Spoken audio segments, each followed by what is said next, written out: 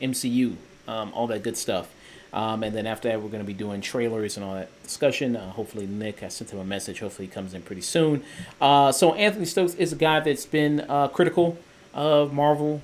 Seems like, a lot of people are now. A lot of people aren't vibing with this new Phase 4. It seems like maybe, they've had some bumps in the road with this kind of stuff. And with the release of the newest film, Love and Thunder, which had a huge second weekend drop-off of about 67%, close to 70% drop-off there, which was one of the largest drop-offs they've had.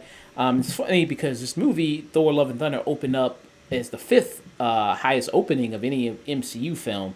Did any of you guys see Thor Love and Thunder? Yeah. And what were you guys' thoughts on it? It was all right. That was all right. Love and Thunder, I liked it.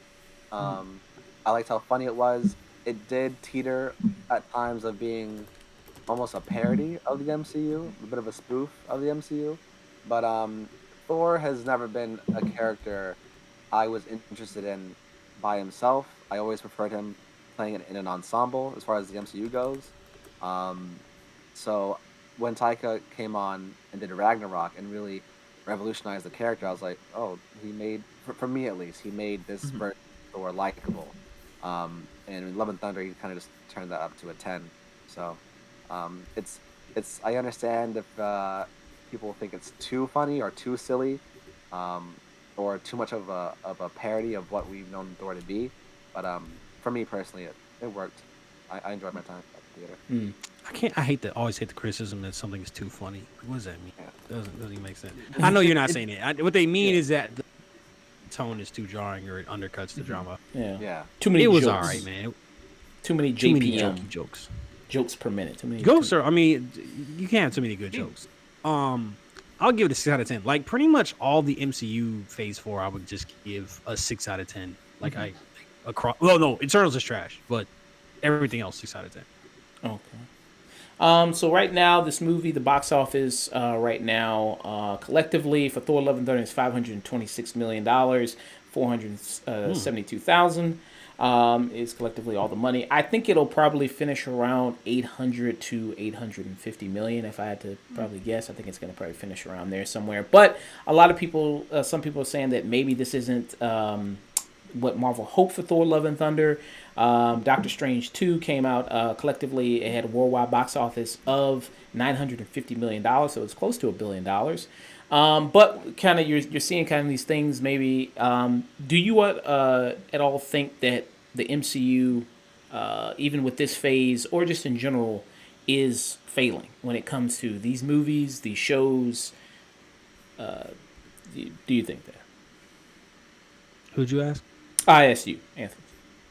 Oh, not, and it's not failing. Like it'd be ignorant to say it's failing. $800,000 is still great. You know what I'm saying? I would be hard pressed to see a movie make $800,000 and lose money. Like I'd be curious what that movie looks like. Do I think there are people that are going to? I think one of the things that people say that I've always kind of been, and I was probably on this train for a while, is you're bitching, but you're still going to see the movie. But what I think you're going to see is more and more people that are just going to stop watching MCU movies. People that have been watching them before, watching them religiously before, that are going to stop watching them. I think that's what you're going to see. I didn't even watch Miss Marvel. I probably will. I probably will end up watching it. I didn't watch Hawkeye. I didn't finish Moon Knight. I mean, pretty much the last MCU TV show I finished was Loki after Falcon Winter Soldier. That was after. So the last one I finished was Loki. It's like the MCU used to work on the movies being pretty good to good. Every fourth or third movie, if it was in Phase 3, was a banger. You're missing the bangers, and the floor is kind of dropping out. You know what I'm saying? So I can't even reliably expect to go to a movie theater and see a Doctor Strange. You know, I can't even depend on going to see an Ant-Man and the Wasp.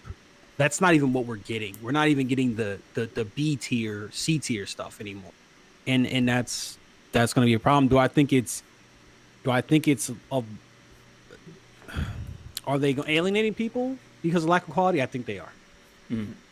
And There's what? only so many people that are going to be exposed to this stuff, right? Like they might have there's going to be saturation. Like where, I mean, so maybe they've reached that. I don't know. Yeah. And what do you guys think, Nick? I think most of the issue with it is one, a little bit of like oversaturation in the market, because last year it was what, 4 movies and then 6 Disney Plus shows all coming out in the span of a year. And at a certain point when you oversaturate it like that, these things become less and less special. I think like prior to that, the like most crowded year was 2017, where you had Doctor no, excuse me, you had Guardians 2, you had Spider-Man Homecoming, you had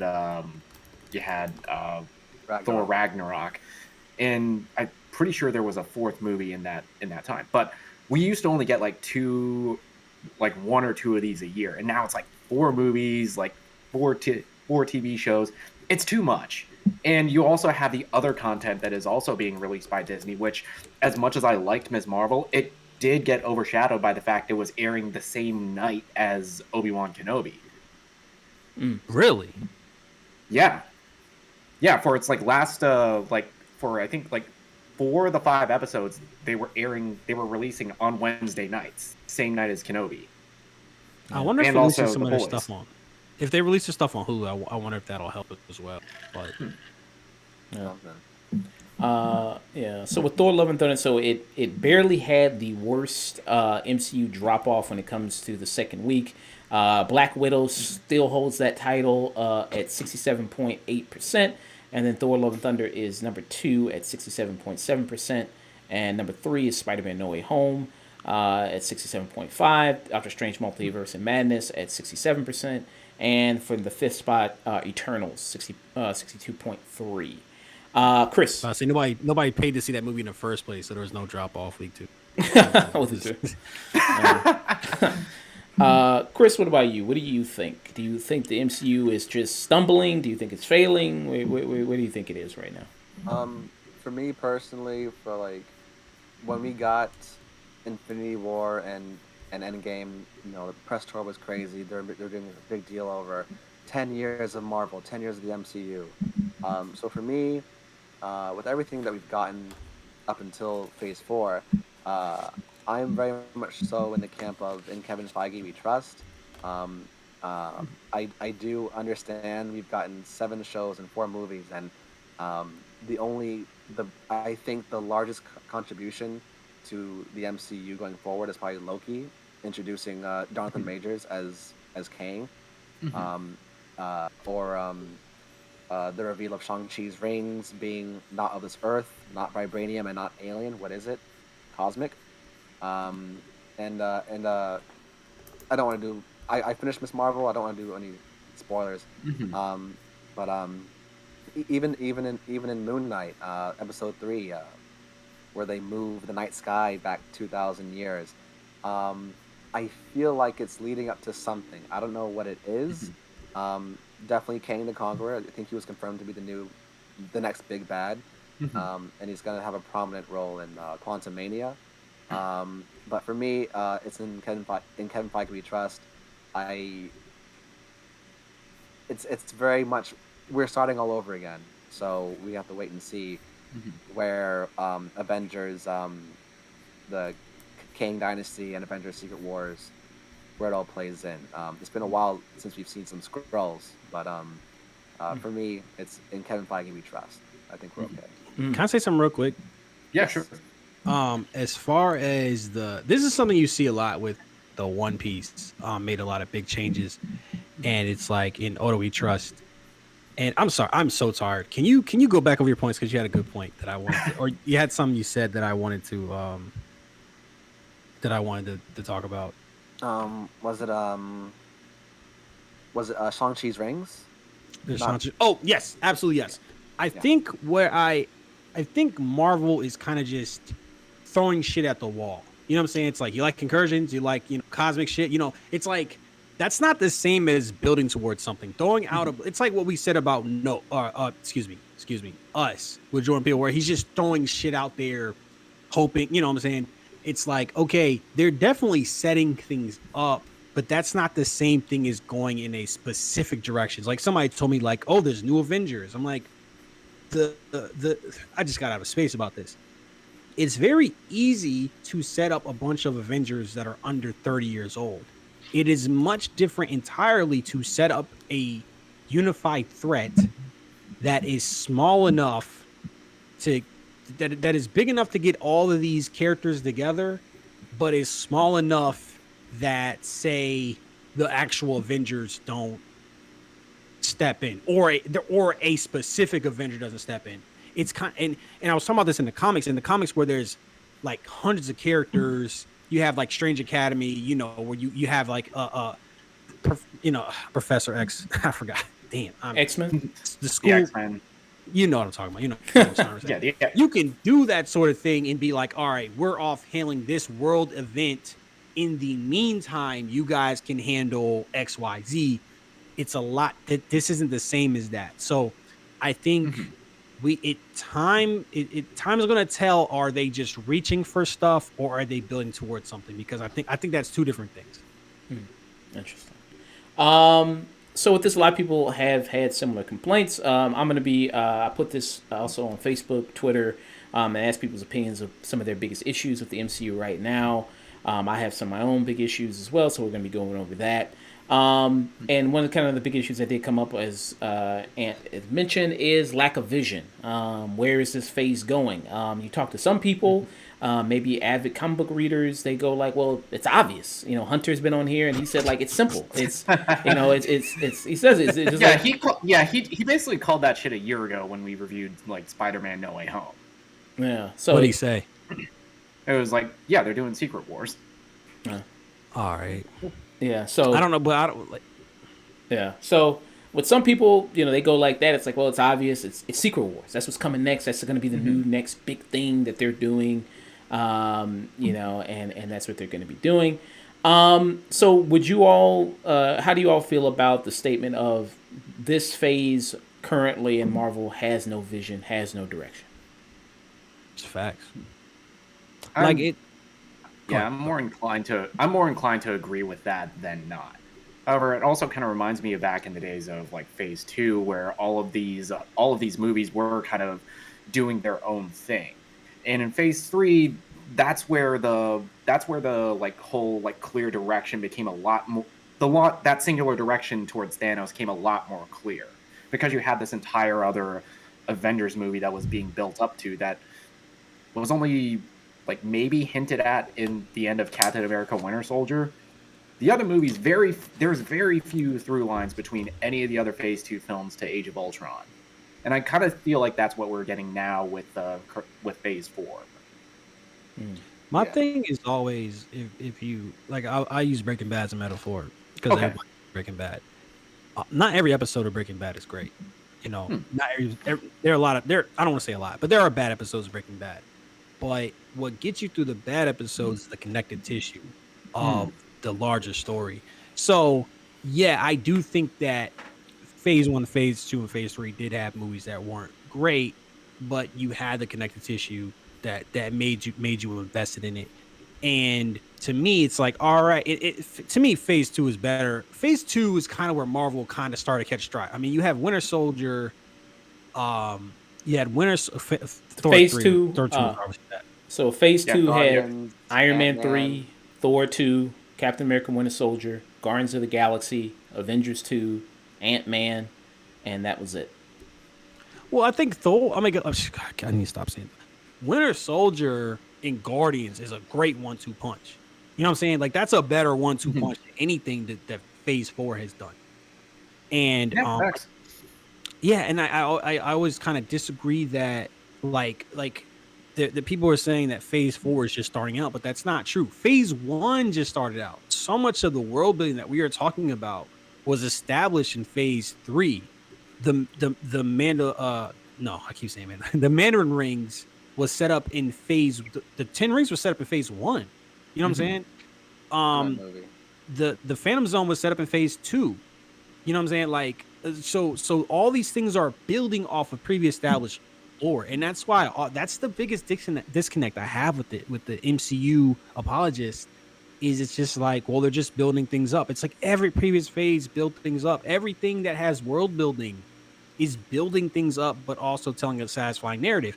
If you think the narrative is satisfying, that is an entirely different conversation. That's fine. But don't, you know what I'm saying? Don't like make excuses by saying it's starting brand new when that's not the case. There's been a Hawkeye show.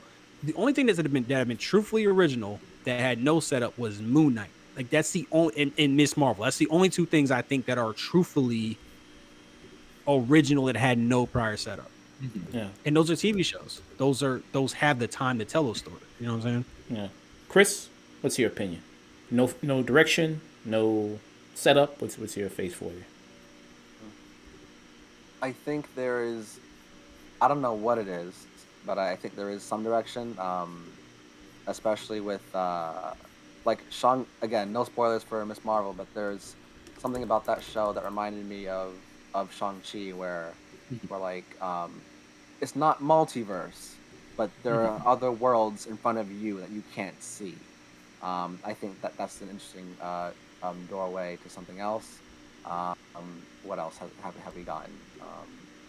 I do think it was odd that in Love and Thunder with the Omnipotent City with all the gods, we just got Moon Knight.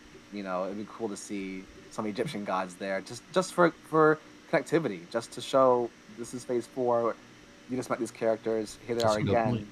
You know, that is a very good point. Something, I think you know? I think there needs to be like a better connective tissue with the TV shows besides just throwing them up in the Marvel Studios logo. Yeah. Like we've gotten 7 shows so far. I think only, if you think about it, only What If has done the most, you know, connecting, and it's not even Canon.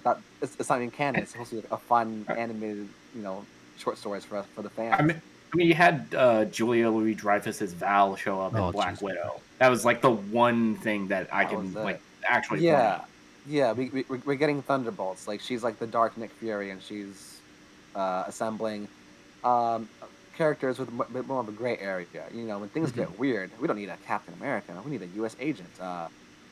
It seems that Yelena might be going towards that direction rather than Young Avengers, which also kind of being set up. We don't know what's happening with Wanda's kids. Are they joining or not? So we have the new Hawkeye, Haley.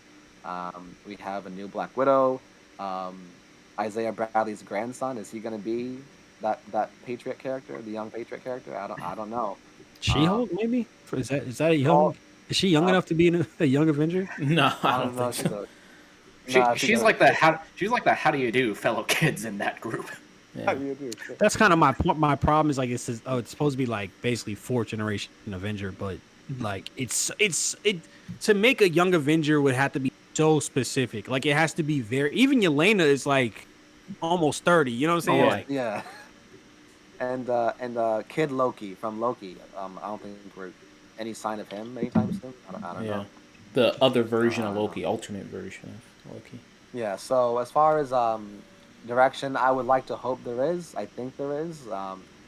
It would be super disappointing if they were just throwing shit at the wall and hoping something's waiting for something to stick. But I like to think that Kevin Feige, after 10 plus years of shaping the most commercially successful film franchise, has something planned for Phase 4.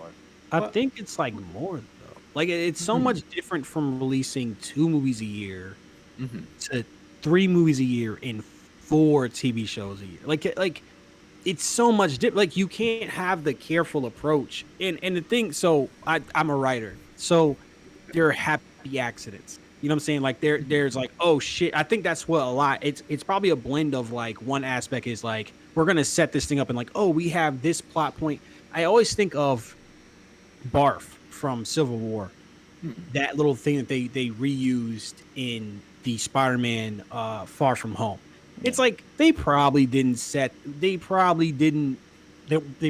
looking that far ahead, Right. but they kind of connected it. That's probably a happy accident. A happy accident is not setup. You know what I'm saying? Like, and I think what I'm worried about is people are gonna look at things thing. It's like, oh, see, like they did that. It's like oh, they were doing this the whole time. It's like, no, they weren't. And then the people are gonna try to dunk on us who are just like, yeah, like it doesn't have much direction. That's something I just want to point. I mean, the reality is we'll never know. Like we'll never know what the difference is between the happy accident and the setup. You know what I'm saying? Yeah. Yeah, that's kind of like the harder part of critiquing these films because, yeah, like you were pointing out, were they thinking that they were gonna like bring back Peter Billingsley all the way from fucking Iron Man 1 into Far From Home? Probably not. Yeah. But you know, we don't know that until like, you know, looking back on the films like after we've already seen them. And just going back, no studio in the world has been able to like course correct the way that Marvel Studios had. They, especially with the, you know, the reception of the Thor character, people weren't so hot on him after, you know, 2 solo films, and they bring Taika and completely recreate him for Ragnarok. Yeah.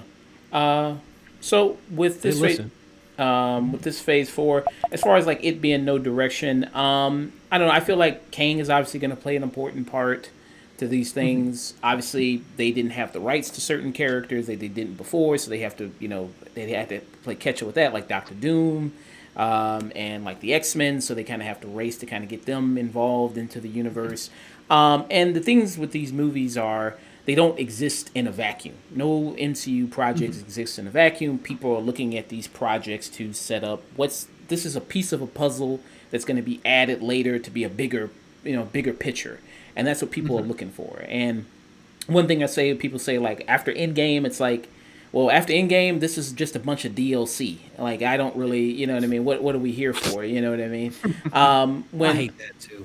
When I go like, well, with this stuff, with this phase 4, it's setting up a lot of newer characters. You also have to be reminded that you have Shang-Chi, you have Yelena, you have the Eternals, you have, you know, then you had the sequels with Doctor Strange and with Thor as well. But a lot of it's kind of, you know, also kind of setting up some newer stuff and newer characters, and with the TV shows, which I've also been critical of the Disney Plus format of the 6 episodes. I don't think they all finished strongly.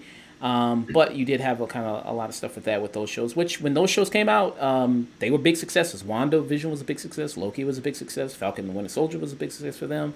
But we're going to be getting into, that comes to my point of Miss Marvel, which didn't do so well. So you have things like this. Really? No, it didn't. So this is via Forbes article right here. It says the first episode of Miss Marvel earned just 4.2 million households via the week's Nielsen ratings. That was well below the likes of Loki, which had 12.2 million households, Falcon and Winter Soldier, which had 8.3 million, Hawkeye, that had 7.1 million, and Moon Knight, that had 7 million. It failed to make the Nielsen top 10 among streaming originals last week, earning less than 339 million hours viewed of the week of June 13th versus 246 million hours in its debut week. Yes. But isn't it going down in general then? Yeah, but also think about what was also airing at the same time as Ms. Marvel. Yeah. Like those shows, like Falcon, Winter Soldier, Loki, WandaVision, those were coming out like during the height of the pandemic, and that's when Disney Plus was still trying to get the foot off the ground with a lot of their original content. So it had no competition. Yeah. And versus something like Ms. Marvel, where it was going up against Obi-Wan Kenobi, it was going up against The Boys, it was going up against Better Call Saul. Those other 3 huge shows were dominating the conversation so much more. Don't you think that that's kind of like if you don't do a show? And I think I think it's unfortunate because saying Ms. Marvel is like one of the better Disney Plus shows. It is the most highly rated Disney Plus show is Ms. Marvel. Isn't that the problem? Is that like I think 2 things. One, I think Nick made a great point about like the pandemic is, you know, talk about if it's over or not. But like to me, all the numbers you're saying, it lowered. Like it's getting lower. Like I'm sure the next show will be even lower than that. Also, I think that Miss Marvel ain't fucking with The Boys and Better Call Saul. And what was the other one you named? Like Obi-Wan. Okay. It dunks all over fucking Obi-Wan. But yeah, the other 2, it's the other definitely 2, not. yeah. And I think that's the problem is that there's no consensus on what. If you ask every person who's seen two Disney Plus shows, or two or more, there's no consensus on what the worst show is and what the best show is. It's all over the place because the quality is so. People might look at that and say, "Oh, it's because they're different genres." They're not different genres. They're superhero adventure shows. They have different subgenres, but they're largely the same tonally. Like there's some comedy, there's like some tension, but they're more or less the same. They have the same audience most of the time, except maybe Miss Marvel. And I saw Moon Knight, and I thought I hated it. Another person might love Moon Knight, but hate WandaVision. It's too much variance. It's not, and none of them are fucking with the boys. You know what I'm saying? Like I'm picking the boys every time, and because it's not. We're in the golden age of television. You know what I'm saying? We're in the streaming wars. There's too much good content to watch. Why the fuck am I watching Miss Marvel? Like, why, when I could, you know what I'm saying? I could rewatch Breaking Bad. I could watch Attack on Titan. There's an anime renaissance going on. It's just the floor of everything else is raising, and the floor for the MCU is dropping. Like, there's your viewership. Chris, why do you think Miss Marvel didn't do all that well? Man, you know, I hate to say it, but you know, Phase 4 is really introducing culture, Chinese culture, Egyptian culture, Muslim Pakistani culture, and a lot of people I think miss their blonde-haired, blue-eyed Chris's as like the flagship of the MCU. They're not ready to let go yet. And on top of that, Miss Marvel is definitely the most coming of age the MCU has been since Homecoming. To Anthony's point, Miss Marvel, it's family friendly. I personally loved it, but it is a cute show. It is family friendly, and you can, you know, we as, you know, millennials, growing up, we loved Batman the animated series, Superman the animated series. We grew up now as adults. The content grew up with us. We have The Boys, we have Invincible, you know, we have superhero content that has aged with us. So even the Batman series, like you had Justice League, Justice League Unlimited, Teen Titans. You know, so to Anthony's point, why would, you know, millennials, who I think are the main people bringing in viewership and money to the MCU, choose Miss Marvel when we have The Boys going on? You know. Yeah. We also had the NBA playoffs going on at the same time. Fuck, that's right. Maybe. I mean, like, but that doesn't stop a great product. You know what I'm saying? That's true. Yeah. You know. Yeah. For me, I think Miss Marvel failed. I mean, one, it's a new character. Two, and then you say like, well, but Moon Knight's a new character that did relatively well. I think Moon Knight also had the benefit of, hey, it's Oscar Isaac, Ethan Hawke. Those are two recognizable names that you can draw to. With that, really in the cast of Miss Marvel, there was really no recognizable name there that you've ever seen before. So that was kind of something there. Also, yeah, you know, dealing with Obi-Wan, which I don't know why they put it out on the same day. I thought that was a big mistake. They should have kept. They have no choice, bro. They got too much content. They should have kept. Couldn't have done it on like a Tuesday or a Thursday. They should have kept. It's going to overlap eventually. We're not too far away from having like more than one MCU movie at the theater at one point. Like, it's coming. I mean, even just in just dropped from San Diego, Avengers, Kang Dynasty, and Secret Wars. They're coming out the same year. Like, Dynasty is like May, and then Secret Wars is in November. I don't know how the fuck they're gonna pull that off. Crazy. Yeah. So I think that contributed to some of the kind of the issues with Miss Marvel there, of just like, I think some of that kind of there contributed to it. But we talked about it before. I generally kind of like the show. I just didn't like the superhero aspect of it, but I like the main lead. I like the family. I like the cultural stuff. You know what I mean? I thought the superhero aspect. Yeah, I didn't like when the powers again. Like, that was the big issue, was that you want your superhero stuff to be good in a superhero show. I just didn't like that. I was more interested in more of the coming of age stuff, more of her, you know, dealing with the culture and her family. It's uneven. Yeah, you know what I mean. So, and then also, yeah, I think the quality of the show. But I don't think it's the weakest Disney Plus show. I think the weakest Disney Plus show for me is What If or Hawkeye would be my two least favorite ones. What's y'all's weakest? I bet we don't agree. What If? Yeah, either What If or Hawkeye. I think y'all are bugging on What If. What If is fantastic. What If was actually inspired. Like, What If actually like tried its best Like There's to like me. one big item in the con column for What If for me, and that's some of the voice acting. Because it's very clear that these guys are not voice actors. Yeah. Oh, really? Okay. Voiceover is very different from like live action. I think like for me was just the imagination on display was like on because I was sold to the Disney Plus as like this is the stories we can't tell on the big screen because it's like it's too adult, it's too whatever. It's not. And then what it's been is like a dumping ground for the properties we don't believe in to have a movie. You know what I'm saying? Like, which is bullshit. Like, you could absolutely do a She-Hulk movie. You know what I'm saying? You probably have a bigger budget allocated for it to help the CGI. I like the last trailer I saw looked pretty bad. You could absolutely do a Miss Marvel movie. You could do a Moon Knight movie. Like these things are they're you can do them. You know what I'm saying? And like, What If was the one that was like, okay, you could not. This is the only thing that could not be a movie, essentially. And that's why I liked it. I think my least favorite, and I haven't seen everything, but my least favorite would have to be Falcon and Winter Soldier. It's like Jordan Peele wrote that shit. The social commentary was so bad in that movie. It was so there will never be a black Captain America. It's like, who the fuck?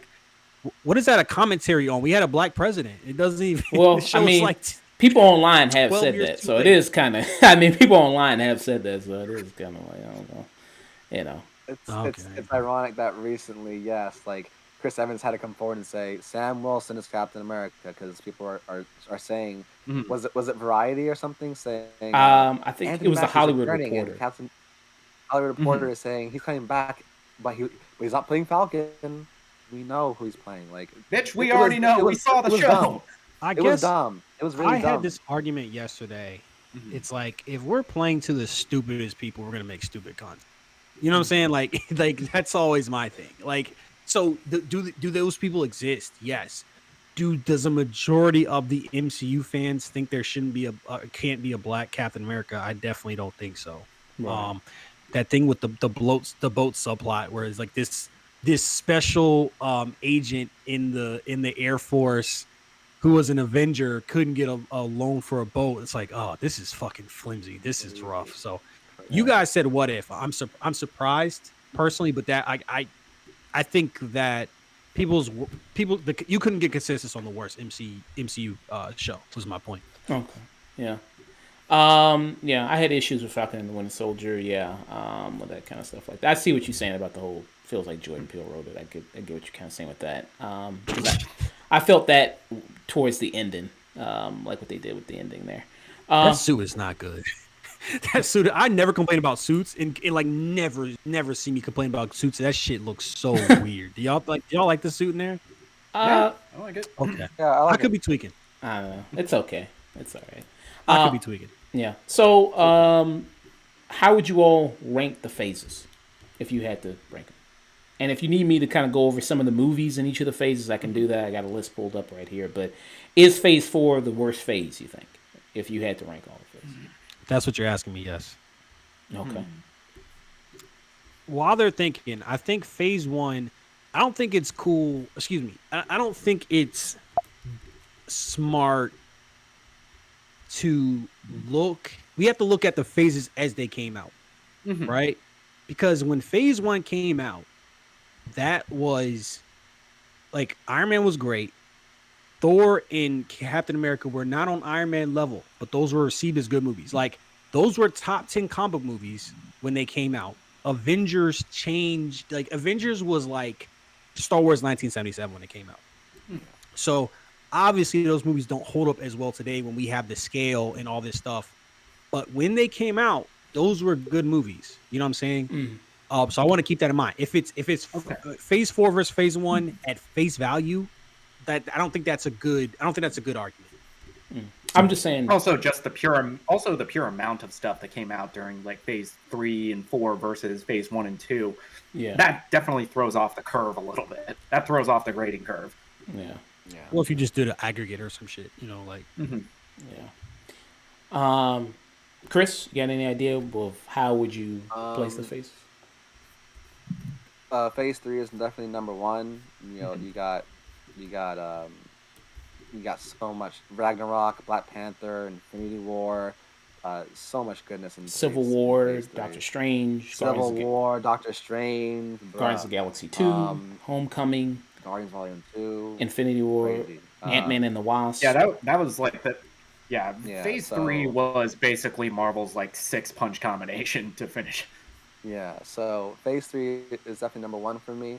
I understand you need setup films to push your universe forward, but in Phase 2 we got both Dark World and Ultron. It's awkward when an Avengers film is a setup film. There's so much in Ultron that has to set up things, has to plant seeds for Phase 3, like Thor in the hot tub, like trying to find like. Yeah, they set up a completely different Ragnarok than what we ended up getting. That Natasha and Bruce, that comes out of nowhere. Their romance.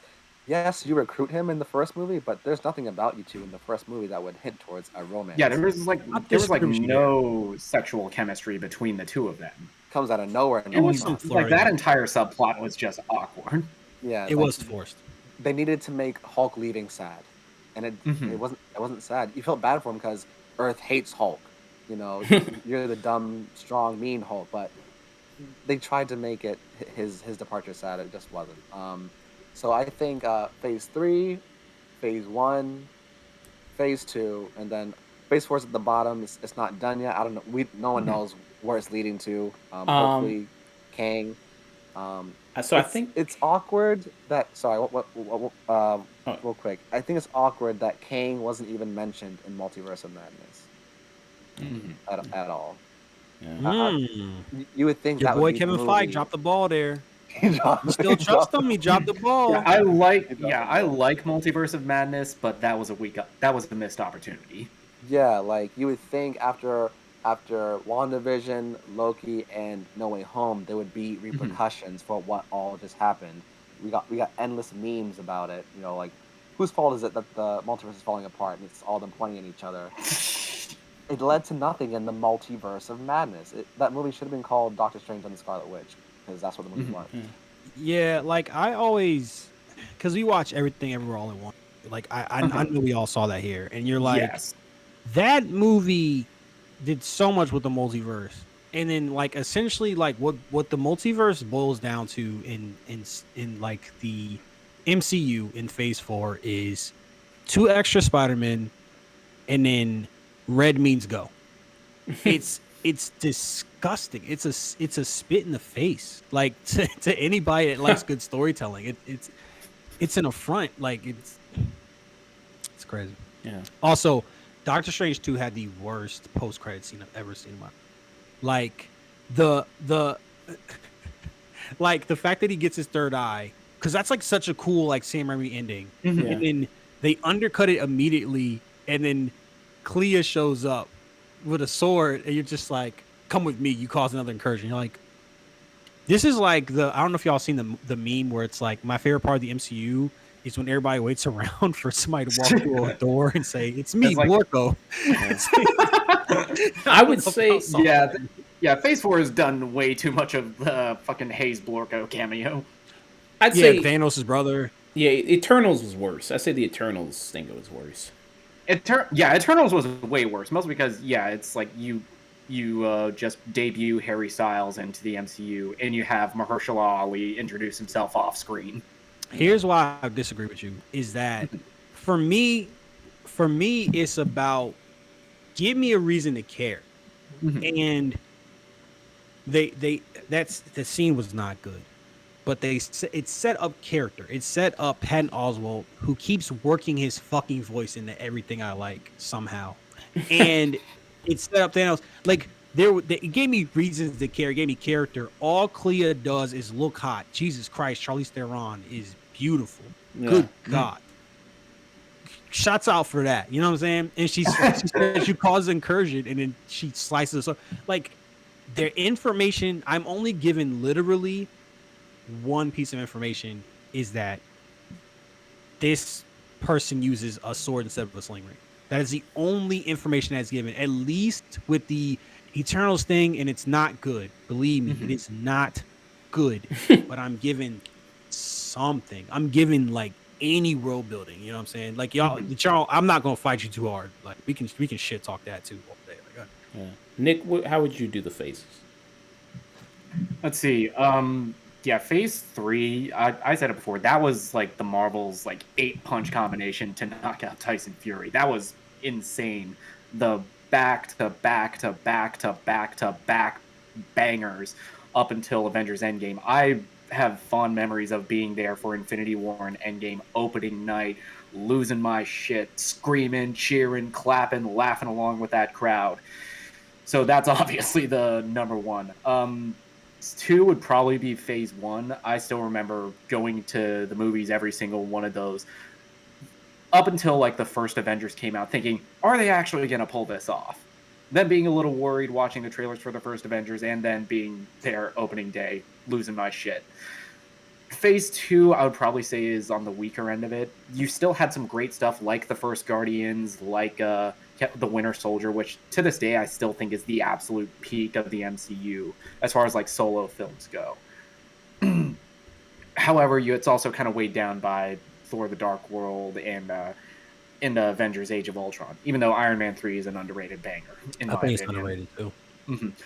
And last but not least, Phase 4. You have some really good to okay stuff. I think the floor is the lowest for Phase 4, but it's also a case of how the fuck do you follow up Endgame? With a good movie. True. Like that's the thing, is like we gotta forget, like, how do they figure out how they follow up Infinity War in the MCU with fucking Ant-Man and the Wasp? Like, it's like, you know what I'm saying? Like, it's yeah, but we did it. Nobody. I love Ant-Man and the Wasp though. It's a good movie. It was so low Phase 4. Like I think that's why I hate those memes that Josh referred to, where it's like, this feels like DLC.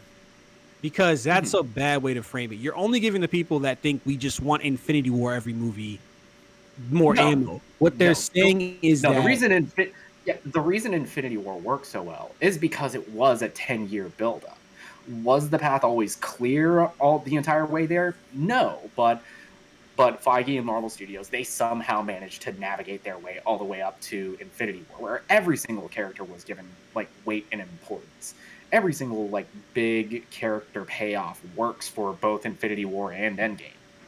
I disagree with you. I think it worked because that was Marvel at their peak creatively. Like that was the best. First off, I've argued that has like top 5 movie dialogue of all time. I've argued that. I feel like it has top 5 pacing of all time. It's just Marvel working at their very best and executing their formula at its highest peak. You know what I'm saying? Mm-hmm. It didn't have to be Infinity War. You know what I'm saying? You can make an argument for Civil War.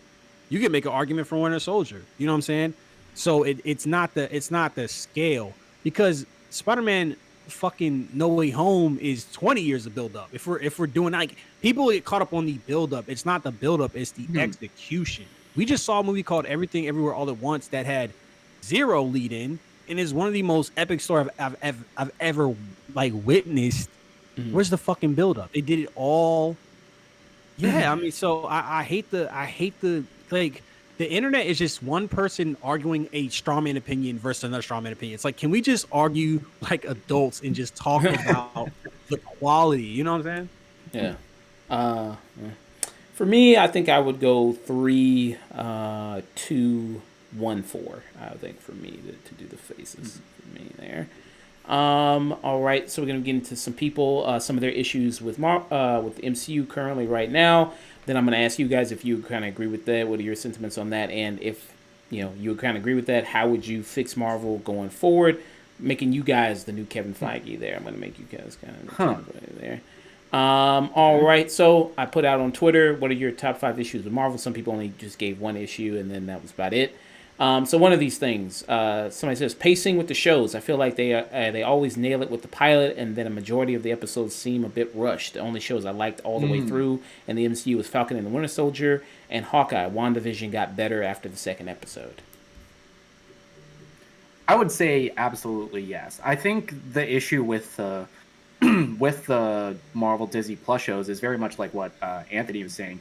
They're not written and structured as television. They're not written to have every single episode build up on the next. They're written to, okay, introduce this, 4 or 5 will like take a break and like set up either so much or so little that the finale can't possibly resolve every single storyline of a season. Nick nailed it. Yeah, that's a great point. You're right. I don't know if I said that they don't structure like a TV show. I said, what if it? I guess I said, what if this is the only one structured like an actual TV show? But you're right. It's like you're kind of doing this halfway. You're almost like a mini series, but mini series are really fucking good. I want somebody to just go turn on a mini series because they have the time and they maximize both mediums essentially. And this is kind of doing the worst of both. You know what I'm saying? It's not, I'm sorry. Yeah. I'm not trying to dominate. Chris? It's like you're given a golden opportunity to flesh out characters, and you're not really doing that, mostly just by the way you're structuring these things. It's like giving me like so much optimistic hope because they announced that Daredevil, the reboot for that, is going to be 18 episodes long. And I'm like, Jesus Christ, please don't fuck this up. It's like anime season. That's like a normal network television length this season. Chris, what about you? Do you agree with that opinion? So I do agree with that a little bit. Wanda Vision was the first Disney Plus series. That was 9 episodes. Everything else has been 6. Everything else has been 6. Falcon, except Loki. Yeah, except What If, which was also 9, but that was also half-hour episode. Yeah, there you go. I think all these shows, the finales, they're all rushed. It's not enough time. You would think taking instead of a 2-hour-long movie, we're gonna break it down a bit longer to 6 parts. Oh, that should be enough time to flesh everything out. It's not. All the finales they're rushed.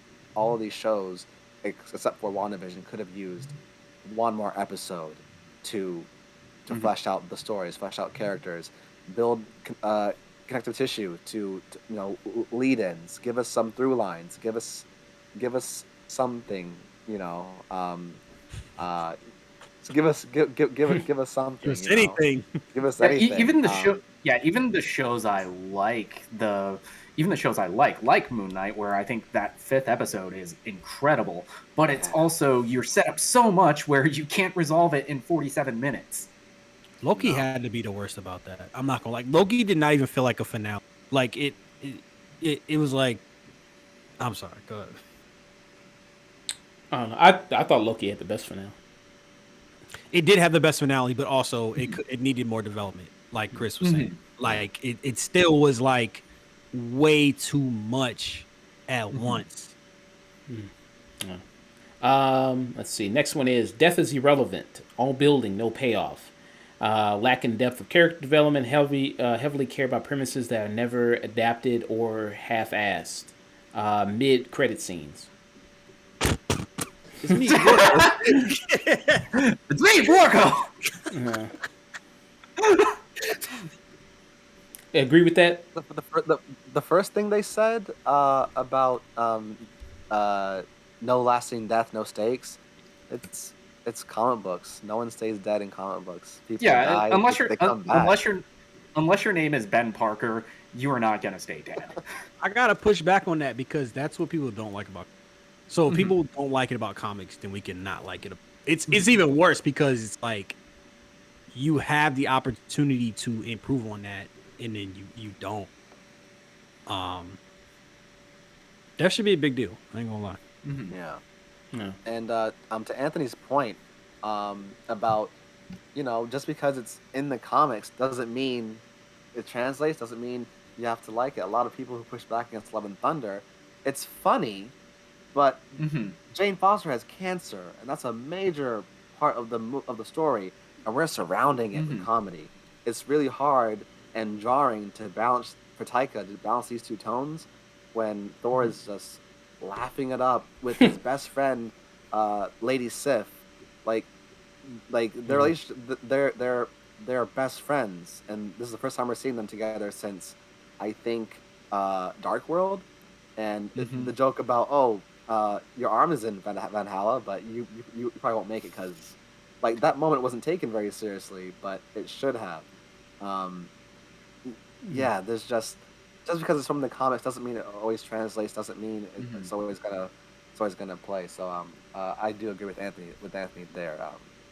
Just because it's comics and people always die and come back, it doesn't help your cinematic universe if Loki is dead this time. Thanos snapped his neck. Here's a series like Tesseract. Like I'll see you in complained It's a about series though? with a different Loki. different Loki. I think that works though. Yeah, for think that's a for good what they example. did on that show, they managed to dance that line. Big time. Like in the first episode, he has to relive his life by seeing the footage, and he's shocked to see how it ends. So the Loki from 2012 Avengers is now caught up to all of his folly, all of his hubris, all of his mistakes, literally stabbing Thor in the back several times. Like he's caught up, and that was a smart way to do it. The whole TVA. Yeah. Let's see. Another one says, I tried making a list of 3 items, and then they were just different variations of too much product. Which I would say, yeah. I mean, MCU, so many shows, so many movies, just a lot of stuff a year, and all stacked on top of each other. Would you all agree on that? You gotta make bank. If you're gonna force me to essentially spend like several hours a week on something, it's gotta be great. It can't be mid. Mid can't enter the conversation if you're asking me to spend this much time on something. You know what I'm saying?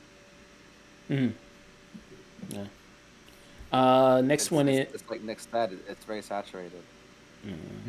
next one. If it was all great, right, we wouldn't be complaining. You know what I'm saying? Like, Oh, if right, every yeah, movie of course. was good. Yeah. If they had a Breaking Bad coming out and it overlaps, I get to watch Obi-Wan and Miss Marvel. Like, this Fuck fit. yeah. Oh, Yeah, and it's exactly the point of like Phase 3. That up until Phase 4, that was like the most films released up until an Avengers film, and every single one was a banger. Black Panther. It's like no, I love Black Panther. Black Panther was in theaters in Infinity War. Like, it was like literally like the overlap, and both grossed over $1 billion. You know what I'm saying? Like, Let's see. Next one, it says they rely too heavy on things like Thanos or the multiverse to push the plot forward in literally every movie or TV show. It's just boring at this point, especially since the multiverse has been a thing in the franchise since at least 2018. It's 2020. It's 2022 now. Agree with this? Anybody agree with that? no. No, I think they're not doing enough with the multiverse. I think that's the problem. It's very repetitive in the way they're using it. yeah, they're using the multiverse at least as we've seen so far. The multiverse is essentially just used for nostalgia bait, like bringing in Tobey and Andrew's Spider-Man, like bringing back Patrick Stewart's Charles Xavier, shutting up the fans by casting John Krasinski as Mr. Fantastic and how much he would have sucked at it. It's so. Did y'all not like him? John Krasinski is he was barely. I thought in he the was. movie. I thought he was fine for like the 5 minutes he was in. Yeah. He wasn't in it enough. Like, what do you want from him? Like, he wasn't smart enough. Fucking build an atom bomb like on screen. Like, what are you? Right. What are you talking about? I think he's just. I think. But yeah, we haven't seen like their end game with the multiverse as of yet, I would say.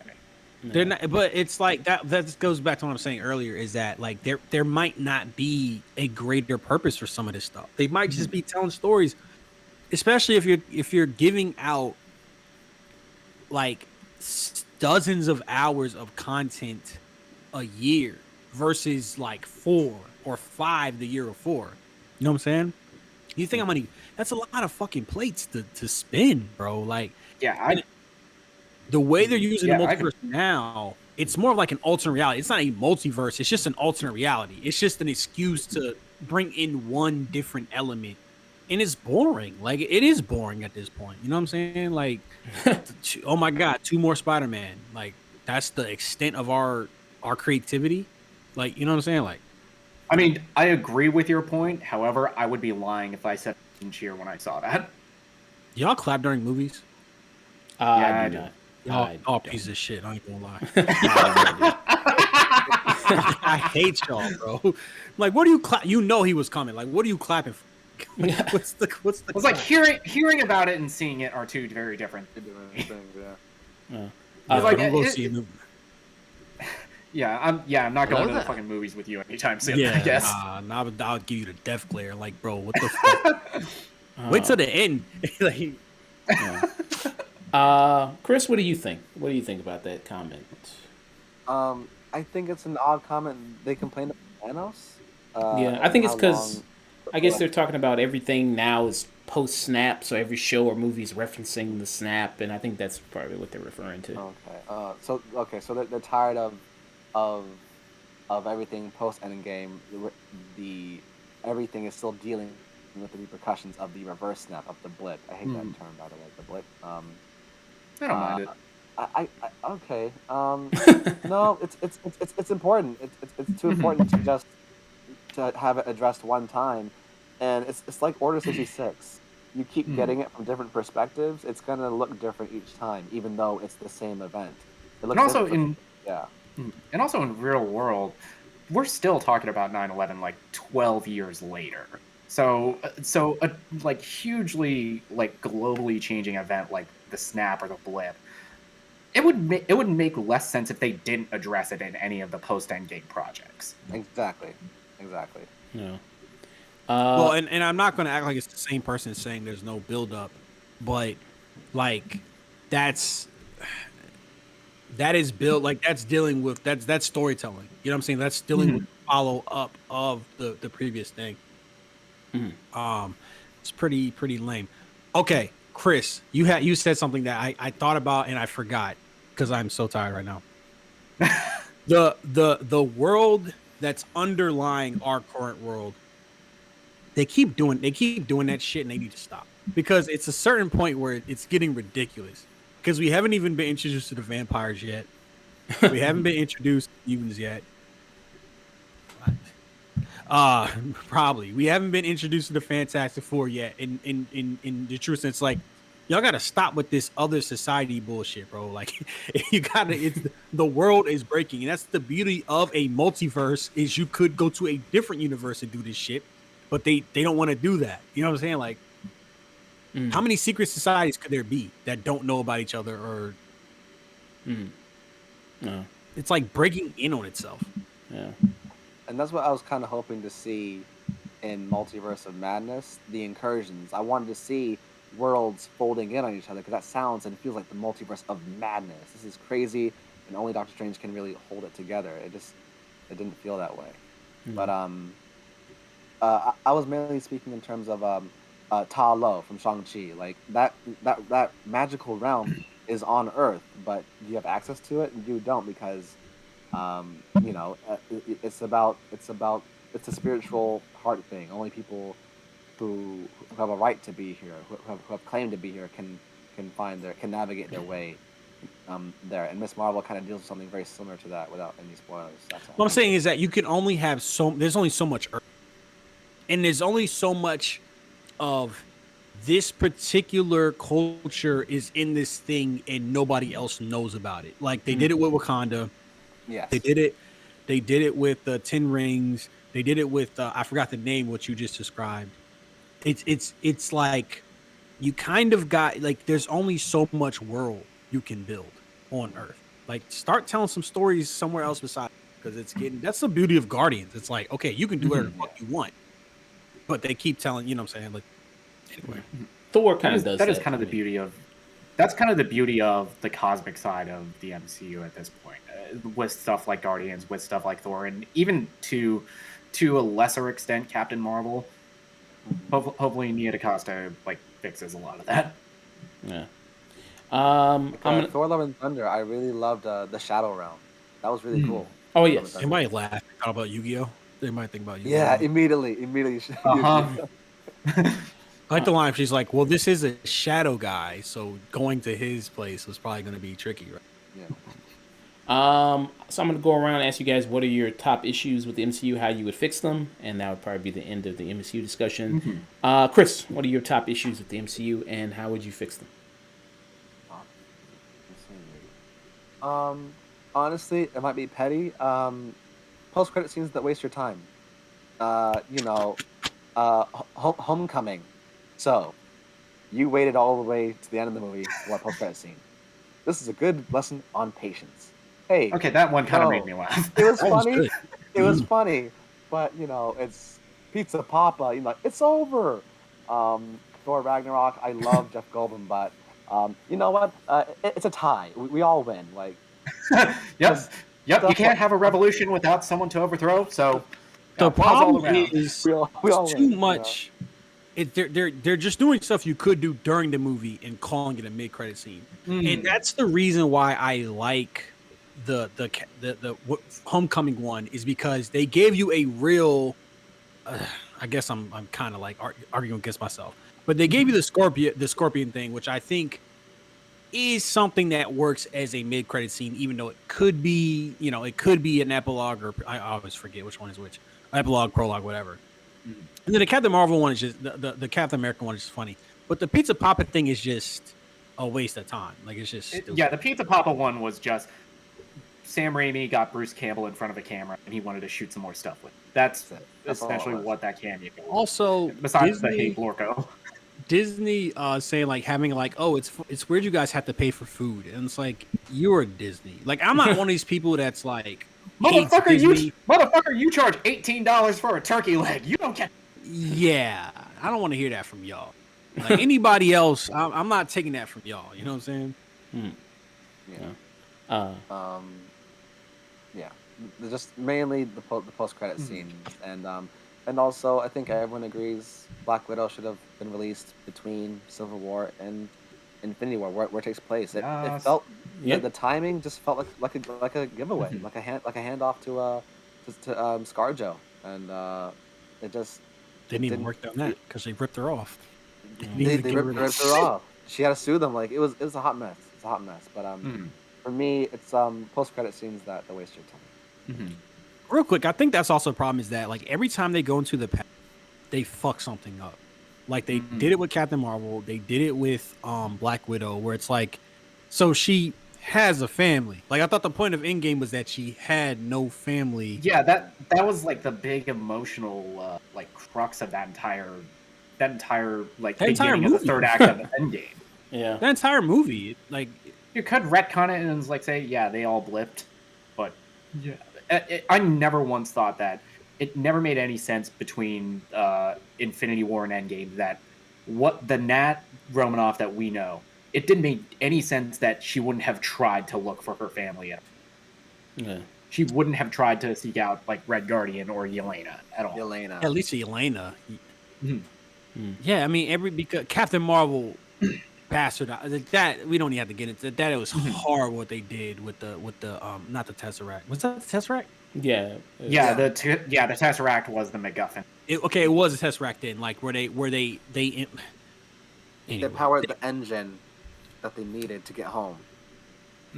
Is the thing that transports you through space, which doesn't really make, but because you could just go anyway. And then like they retconned the eye scratch, and then they retconned the Tesseract to like where I guess Shield always had it. It's just why? It's always just like why, and you're making your universe worse, and that's why I hate prequels.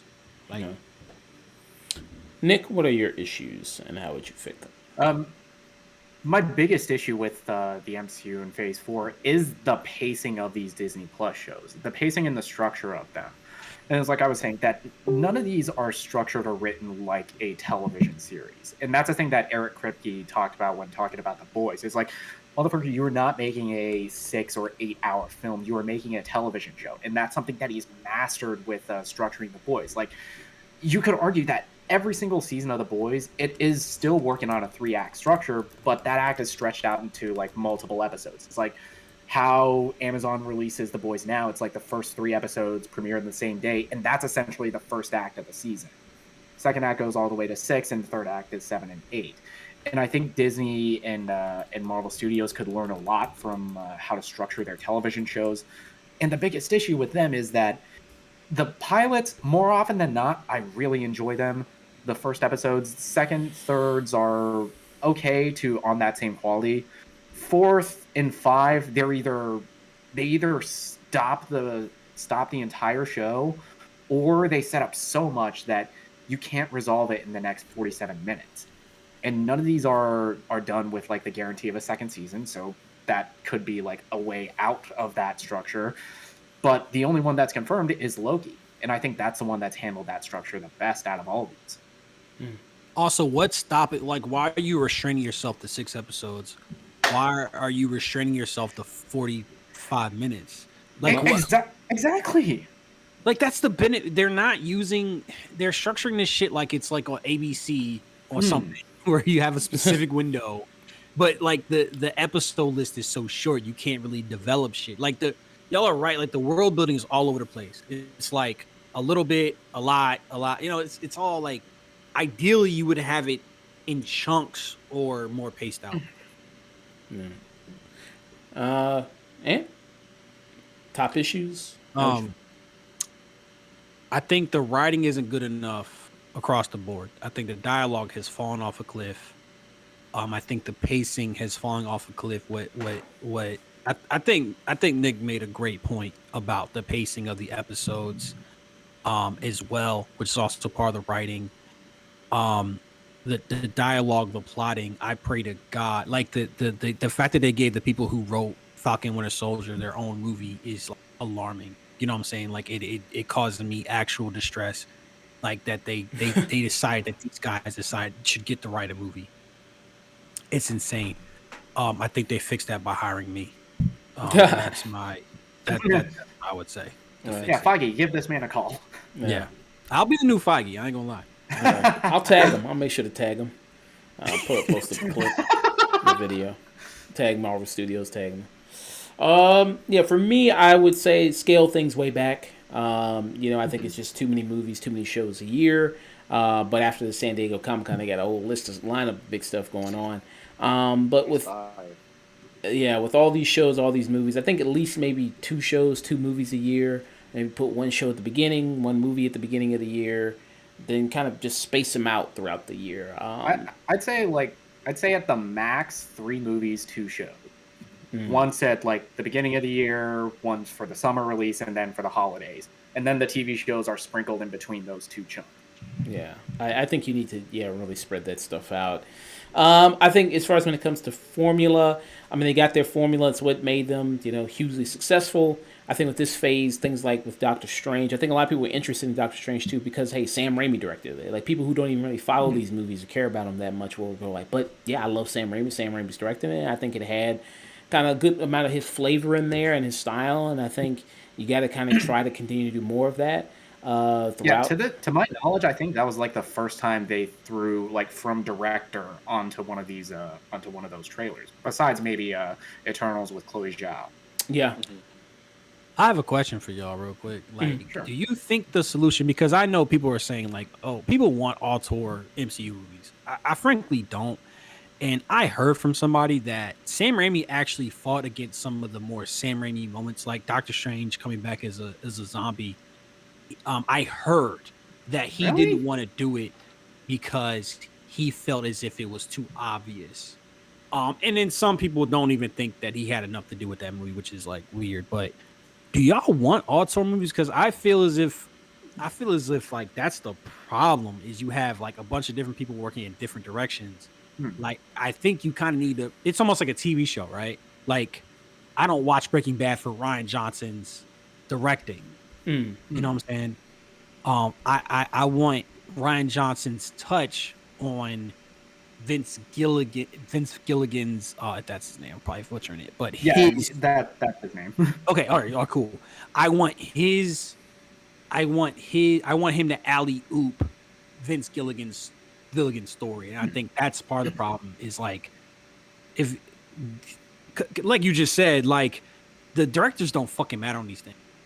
Like, Chloe Zhao, she made whatever that fucking movie was about the homeless people.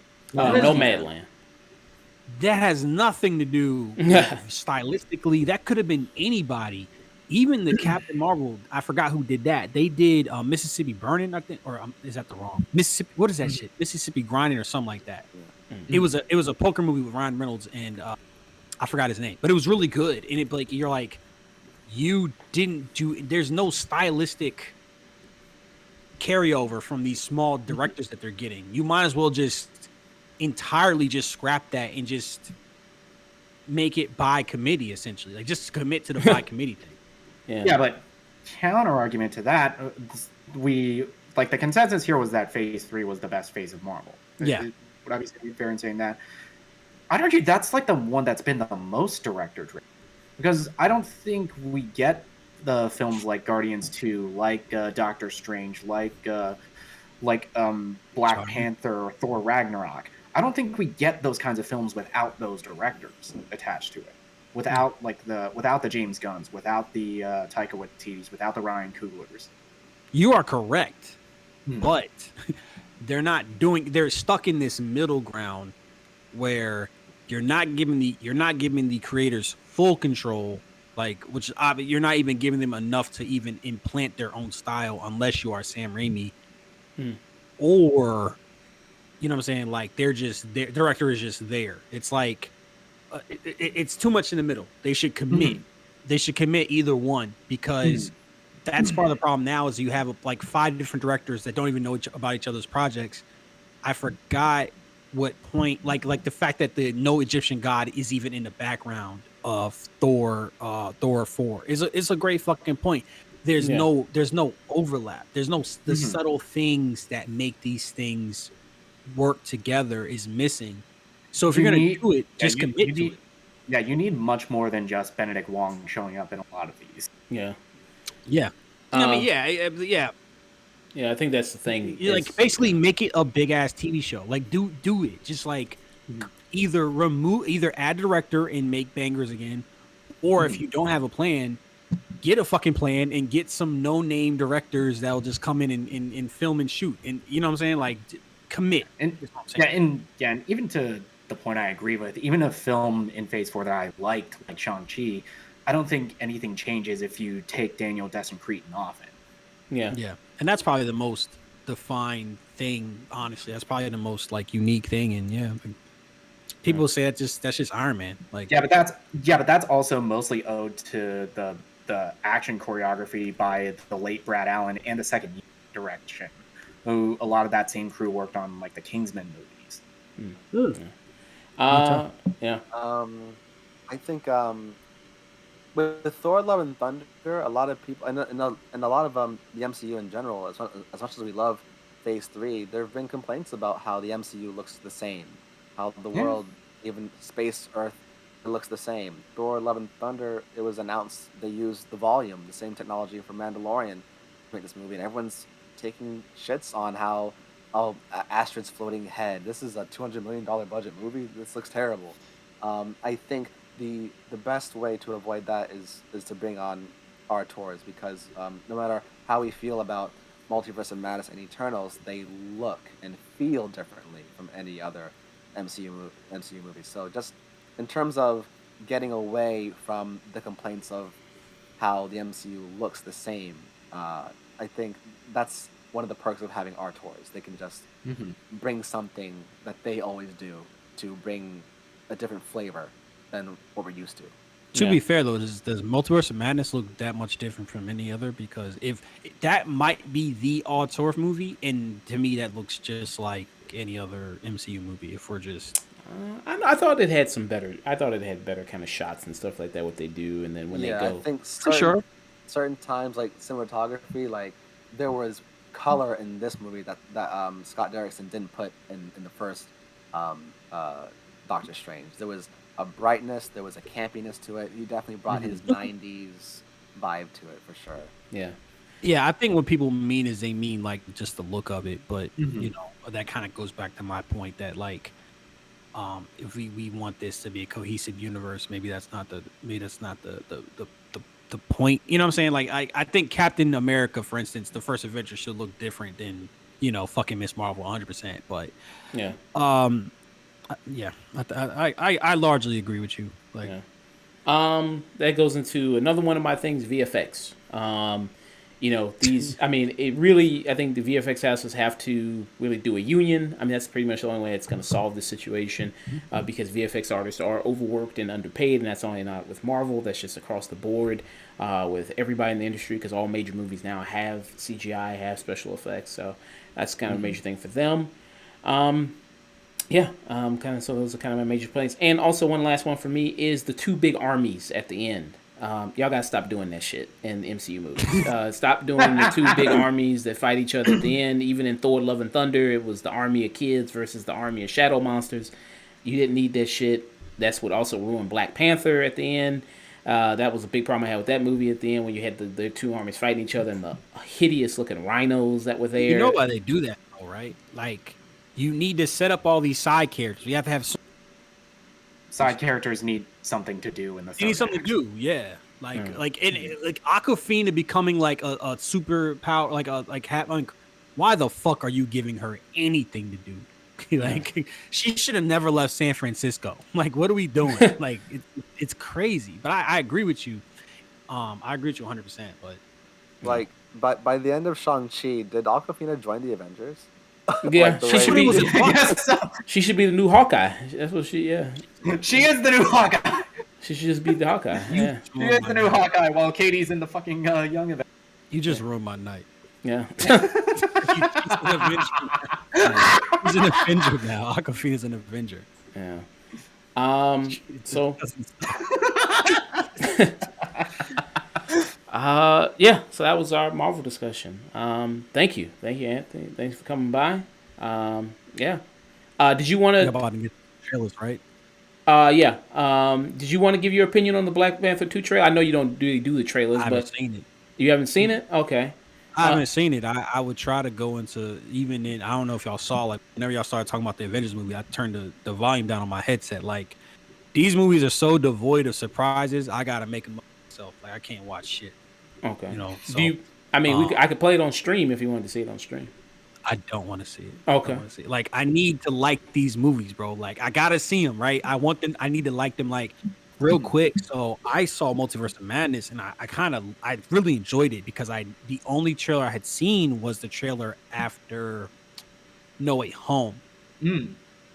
So I was under the impression that the story was going to be Wanda and Strange going through the multiverse on an adventure. Yeah. So when you turn up and then Wanda's the bad guy, I was like, oh fuck, this is way different. It's like a surprise. It's like, holy shit, like this is something new. Like, it was so cool. So I want that feeling again for Black Panther. Like, and I didn't like the first one, so number 2 needs the help. Believe me. Yeah. So Yeah. And I'll probably. Oh, I'm sorry. I didn't mean to cut you off. No, go ahead, John. And kind of going back to our discussion about the whole MCU thing. I think, Thor: Love and Thunder, it's hard to see how well Marvel wants these movies to do when it comes, because like Doctor Strange, I guess, didn't do all that well that they hoped it would, even though it made $950 million. I don't know what is the ceiling for these movies as far as, how much money they're supposed to make. Even with this disappointing kind of numbers maybe for Thor: Love and Thunder that they have, I think Black Panther 2 will break records, because I think a lot of people will want to see just, okay, how are they going to do this? So as much as people talk about Marvel fatigue, superhero fatigue, I think a lot of people might go to see Black Panther. Do you agree with that, Ann? I went to go see the first one, and like that one wasn't I hate to just dump on Black Panther, but we talked about it where I felt like a lot of that reception for that movie came from like, hey, this is for us, it's for the culture, you know what I'm saying? Like, so that culture hasn't gone anywhere. So yeah, it should in theory make $1 billion. If it does not, that would be a red fucking flag. I'd be very worried at Disney if we can't drum up $1 billion for that property. It does, because that's a hot ticket. I mean, I don't know. It does have some, built-in excuses, because you do have Chadwick Boseman who's not there. So, it does have some, things like that. Ideally, these things should be. I think that's the power of the MCU, is that it's not about the stars. You know what I'm saying? They are losing some star power. But, I mean, one of the things I liked about Black Panther, I think Black Panther was the superhero franchise that they were the most insulated for this kind of scenario that happened, where you lose a main actor for whatever reason.